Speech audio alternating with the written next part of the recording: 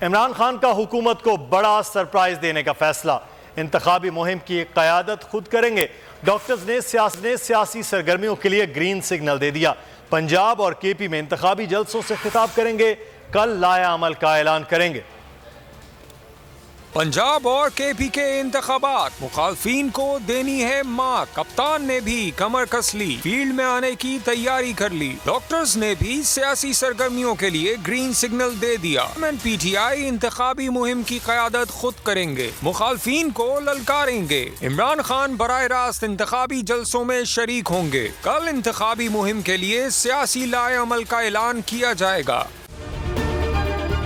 अगर ये वीडियो आपको पसंद आई है तो हमारे चैनल को सब्सक्राइब कीजिए और बेल आइकॉन को क्लिक कीजिए। जिंदगी एक मैदान है और PSL 8 में हर टीम को छूना आसमान है।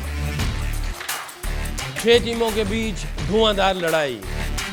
ये शोर न लड़ाई का है न डर का, ये शोर है जीत का, ये शोर है जुनून का। खेल का जुनून रोजाना रात 11 बजे सिर्फ बोल न्यूज पर।